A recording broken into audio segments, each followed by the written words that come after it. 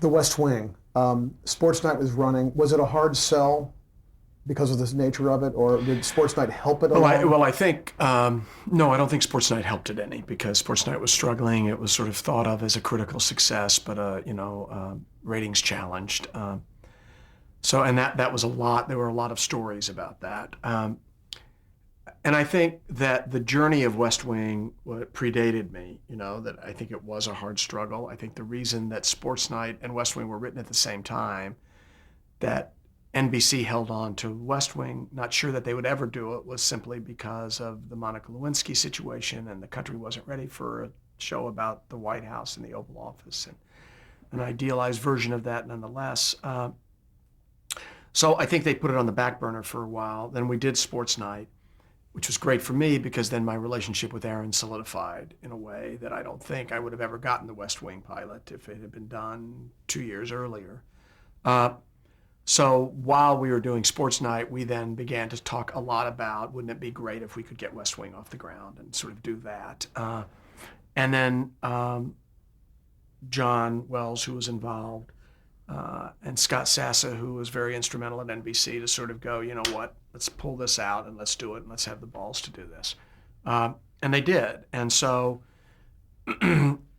Sports Night was kind of set up in a certain way that I had now brought in a few directors, Mark Buckland, Alex Graves, Bob Berlinger, who sort of understood the show a little bit. You could see a rehearsal, so you could come by and see the sort of rehearsal. The shooting was what it was. The actors were doing great work. That Aaron and I could, focus. I mean, Aaron was able to continue to write Sports Night, but I was having to pull away because it was going to be my job to sort of get the pilot of West Wing off the ground. And so that became the end of Sports Night. First season became, the pilot of West Wing. But I was still able to shoot the pilot of West Wing and then go back and shoot the last episode of Sports Night, waiting to see if we got picked up or not. So we were still involved with Sports Night. Then once it got picked up, it became this, dance of, oh my God, be careful what you wish for, because now we had two shows. One that was struggling and trying to figure out, and one that we didn't want to make feel like, okay, you're now the stepchild, and we've got this important hour television show that we're going to do now. At the same time, it took a lot more to get West Wing off the ground and to get it set up and to figure it all out, so it took a great deal of energy. And once again, we just started juggling. Fortunately for us, one was at Disney and one was at Warner Brothers. There was a 2.5 minute shuttle between the stages that we could sort of do, and we just figured out a way to do both shows. I mean, believe me, it was more on Aaron's back. He was writing two shows. But I was, I'd be directing here, and then late at night I'd go over there to make sure it was sort of working. I mean, there was a point during that year that on a Friday night at 3:30 in the morning, at Warner Brothers, West Wing was still shooting, and there was no other show shooting. And then I would drive over to Disney, and Sports Night was still shooting, and no other show. And I just thought, we simply are the worst producers in the history of television. I mean, or we're employing people with more overtime hours to have great Christmases than anybody else. So, but we ended up doing the two shows. I equate it constantly to the idea of somebody, you have one child, and you think that child takes up all your time. How the hell can you love and also devote as much time to a second child? And then you have twins, which is what my family did, and you figure out a way to do it, and then you can't remember what it was like just to have one child. So we functioned that year. We sort of did it. The tragedy of that, I don't think was our time, but was that Sports Night wasn't picked up. I think that, I was able to still direct some Sports Night. I was able to direct 7 West Wings. I was here cutting each of the two shows at all times, and Aaron was writing them both. So When Sports Night was canceled, did you feel like it was a worthy project that ran its course, or was it a relief at all, just because of the time factor? uh, well, I don't think it was a relief. I mean, I think that there was a lot more to sort of be done. I think that year was very difficult. And I think it was difficult for that show. And I think that show was trying to find its relationship to us and to what it wanted to be. I remember I was doing the Boston Public, because after that year where I did the two shows, then David wanted me to do the Boston Public pilot, which he waited for me till I finished. So then I was starting the Boston Public when I got the call that Sports Night had been canceled. Uh, I think there was a lot of show left, a whole lot of show left. And I think it was a shame. I also think it wasn't regrettable that right in the middle of where we were starting to do, we kind of came up with a way to end the season that feels like it was completed 44 episodes, whatever we did. I know that when when other people were interested possibly in doing the show, they were interested in doing it, but let's say if you're going to do it at HBO, maybe you can do this and this. And that's what we weren't interested. We weren't interested in reinventing the wheel.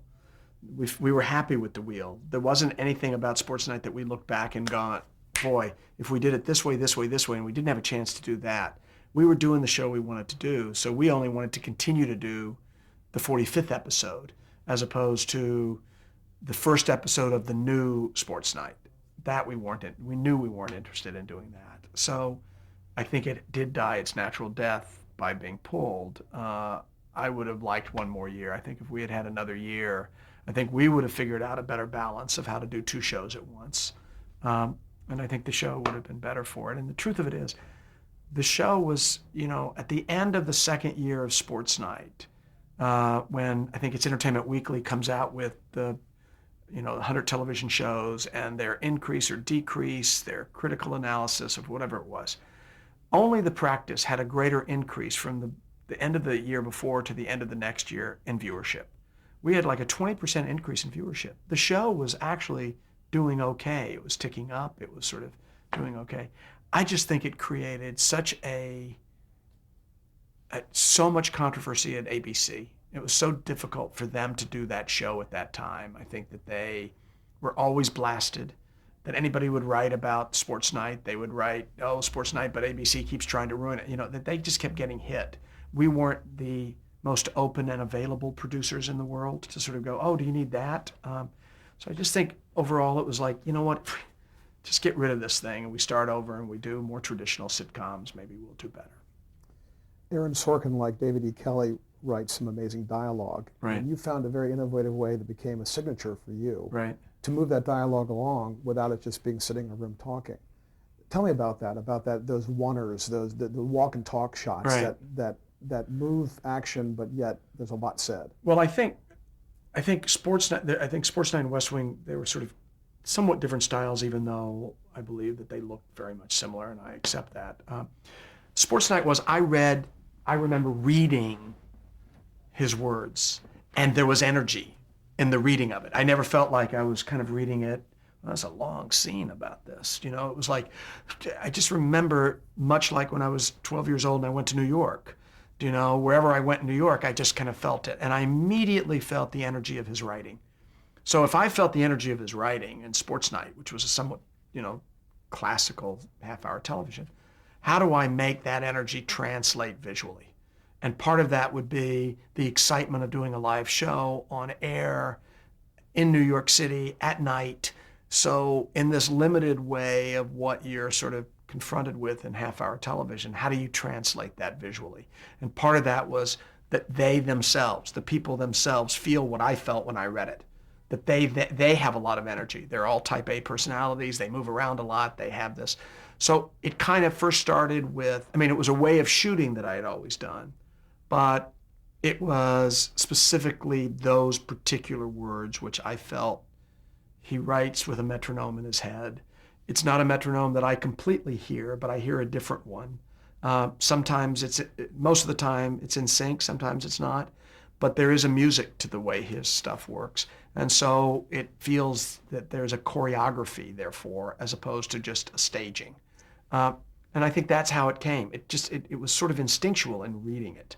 Then I tried to figure out a way to do it with setting up the set, shooting the show in 3 days. The long oneers would be actually in some ways easier to shoot it. The kind of actors that you choose would all be people who either had theater training or had some sense. Felicity was like great in that way. Josh was great in that way.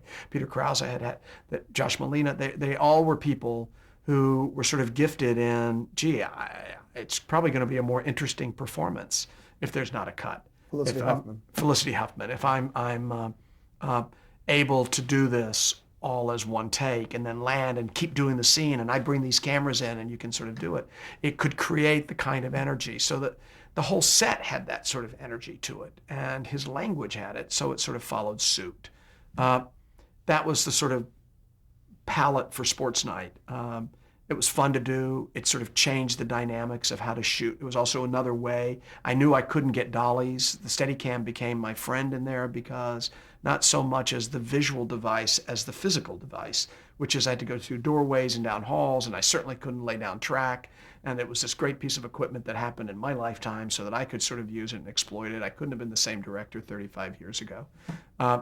And you couldn't have done that. No matter what, you would have had to do the dolly still from a proscenium point of view because you couldn't go through so much.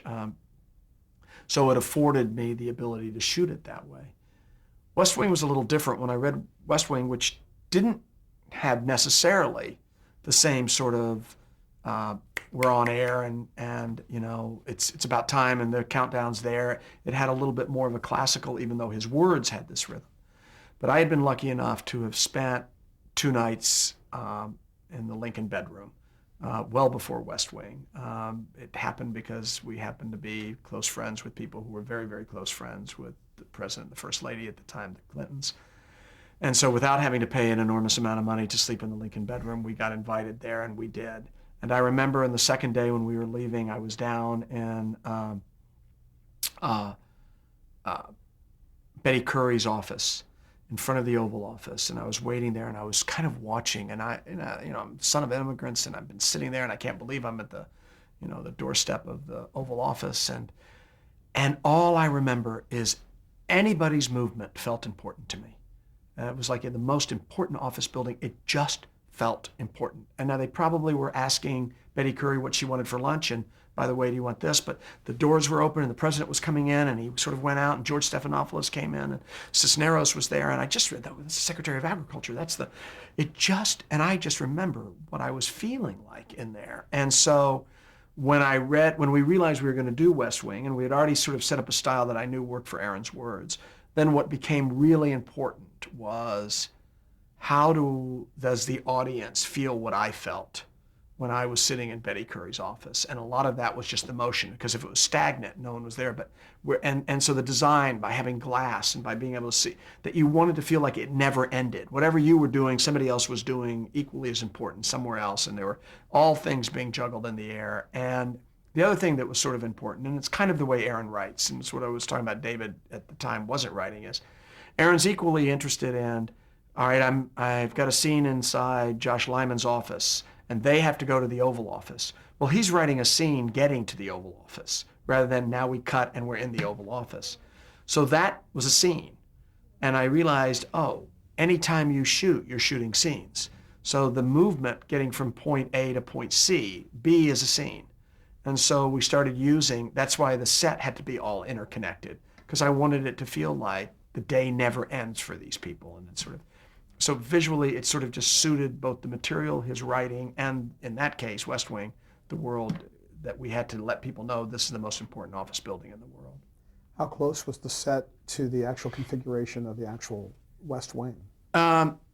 It was close enough, it was just more exposed and opened. And the Oval Office was the Oval Office, but the Roosevelt Room was a closed-in environment in the real West Wing.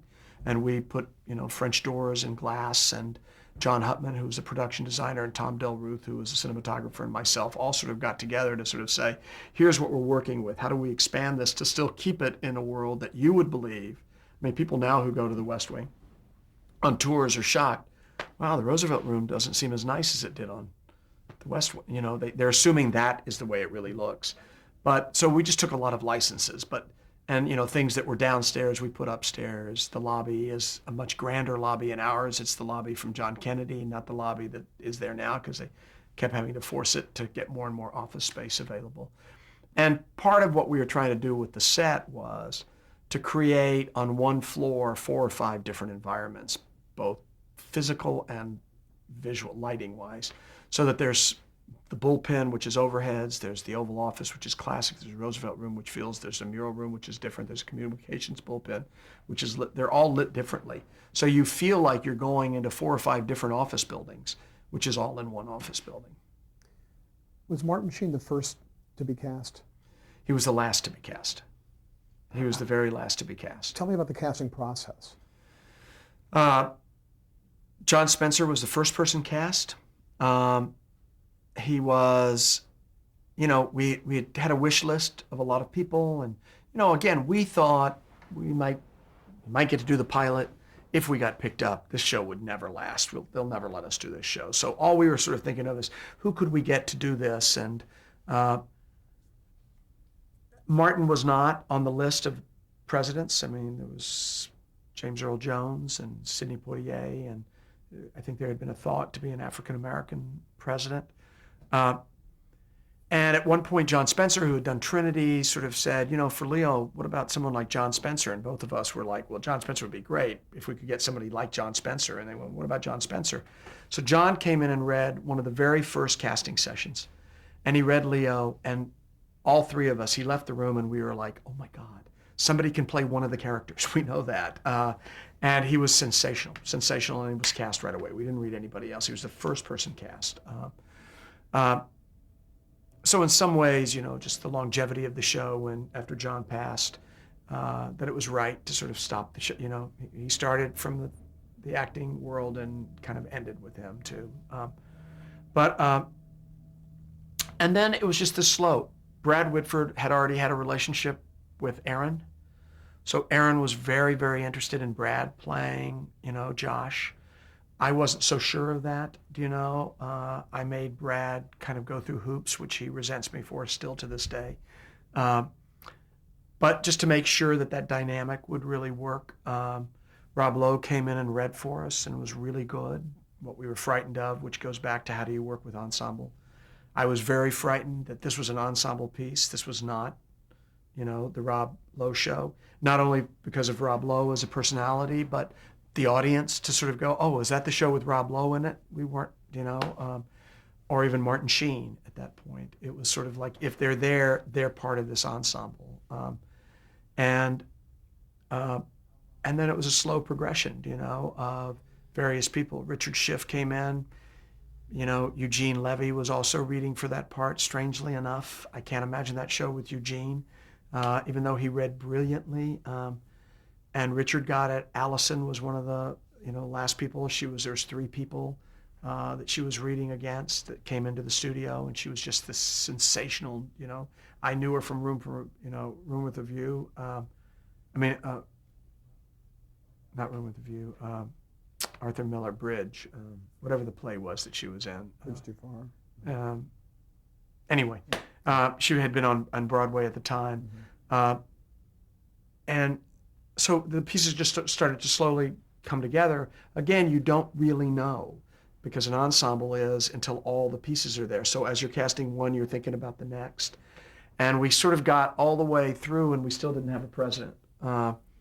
And we were very close to casting someone else who had read for us, who was wonderful, who was very good. And I think late that night, when we were going to pull the trigger the next day, both Aaron and I kind of came with this notion of, I'm not sure that that's the right decision here. And I had sort of gone back to him, what about Martin Sheen? We had talked about it one time, but he felt a little nervous about, he had played, an American president. He was chief of staff. Does this just seem like he got boosted up, and will everybody? And I thought, no one's going to know that. And John called Martin and mentioned it to him. He was out of town. Aaron talked to Martin. Martin said, Aaron wrote this, great, I'm in. It was easy as that. And, we had already started before I even met Martin. And so we rehearsed on a Saturday and a Sunday with Martin. And we'd already been a week into shooting, when he sort of came in. And in some ways, it was just sort of perfect, because the minute he showed up on the set, everybody kind of, he still was not designed as the star of the show at all. It was about all the men and women who work for the president, and occasionally, like in the pilot, he shows up within the last 7 minutes of the pilot. Many of the stories were going to be sort of revolving around that. And and part of that was because Aaron's theory was, I didn't want every scene to be about, oh my God, we're in the presence of the President of the United States. but because everybody loved Martin so much as Martin, and because you gravitated towards him because he was such a sort of father figure and so kind, and at the same time needed some help sometimes, and that you realized, oh my gosh, you could do this show about the president that was really a president, but was also somebody that everybody wanted to be with and didn't feel, stifled by his presence. So he slowly became a far more integral character in the show. You directed an episode of the first season called Take the Sabbath Day. Right. That Aaron Sorkin said was perhaps your best work or among your best episodes. Right. Why did he say that? What was special about that episode? Well, I think one of the reasons that Aaron might say that about that particular episode, I'm not sure I would say even in listing the episodes of West Wing that I feel from a directorial point of view and from everything, that I would list that, even though I love that episode and I'm very proud of my work. But I also think that that's a story that I really wanted to tell, that he knew I wanted to tell, that I had been talking about capital punishment. It's something that I'd been involved in my life for a while. And that I was trying to figure out a way to do an episode about capital punishment. And, an episode about an idea means nothing to Aaron. He just needs to write a story. You just got to give him something. And then I actually found out that you couldn't, execute people on the Sabbath, which I just found such a bizarre sort of, you can execute people, just don't do it on the Sabbath. It's like, well, now we're taking some religious dogma as the truth about still being able to kill. So I just mentioned that to him, and that sort of triggered the idea for the show for him. So I think number one is he feels a great, more indebted than what normally I would do with scripts with him, especially the ones I direct, which is I get it, and then we sort of shape it together after the fact. But this felt like this was a little bit earlier on the journey, and so that journey was sort of pushed by me in some ways. And then elements in it that he hadn't yet really come up with or wanted necessarily. It was the first time where that was starting to happen in our relationship, that I would, for instance, there's a moment in that episode where Martin Sheen is holding the rosary beads, and he's looking out the window and it's snowing and there's a reflection, and he's trying to think what to do, and we're minutes away from midnight.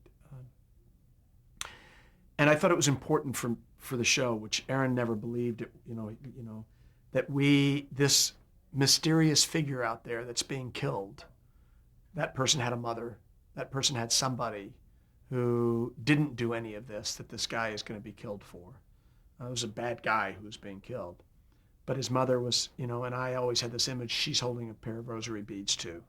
And so I superimposed very subtly in that reflection her, sort of holding these beads, and it sort of goes away. And I think for Aaron, it was like, I never saw that in that episode. I didn't realize it would be so profound. It then set up the dilemma and personalized the dilemma. So when she sort of comes in and sort of goes, he's now dead, you just saw the image of that guy's mother. So death became a little bit more personalized and pronounced, which was already in the episode that he had done with CJ's character when she found out the mother's name. She didn't want to know it. She didn't want to know anybody's name. She wanted to keep it distant. So I think that might be one of the reasons he said it. It's also, it is a really good episode of television. It's I just feel like there were so many in those first couple of years, that I was able to do, and sort of, that I think Noelle is a really fascinating episode. The Shadow of Two Gunmen, I think The Shadow of Two Gunmen is truly, I think, the episode for me that is the most powerful one that I did, which was the season premiere of the second year. It was a two-parter, which was coming from the assassination, who got shot, and the sort of flashbacks and how everybody met and their relationships. And from a directing point of view, a really fun show to do, because, and I'm about to do it right now in Studio 60 in the next episode, it wasn't so much in the flashbacks of, okay, you look different, people get so carried away with, okay, your hair's going to be different, you have different glasses. To me, it's who you were as a person was different. You guys didn't know each other. You didn't have a language with one another. You hadn't felt comfortable. So we have to go back to that. And if we can, you'll appear younger by just doing that.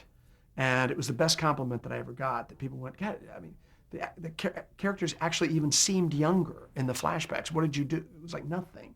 That was just performance. That was just sort of working on what we, the difference between being a freshman at school. My son who just started USC film school, and he was a freshman this year. And I just went, just remember all these emotions you're feeling right now. You're lost, you're scared, you don't know this.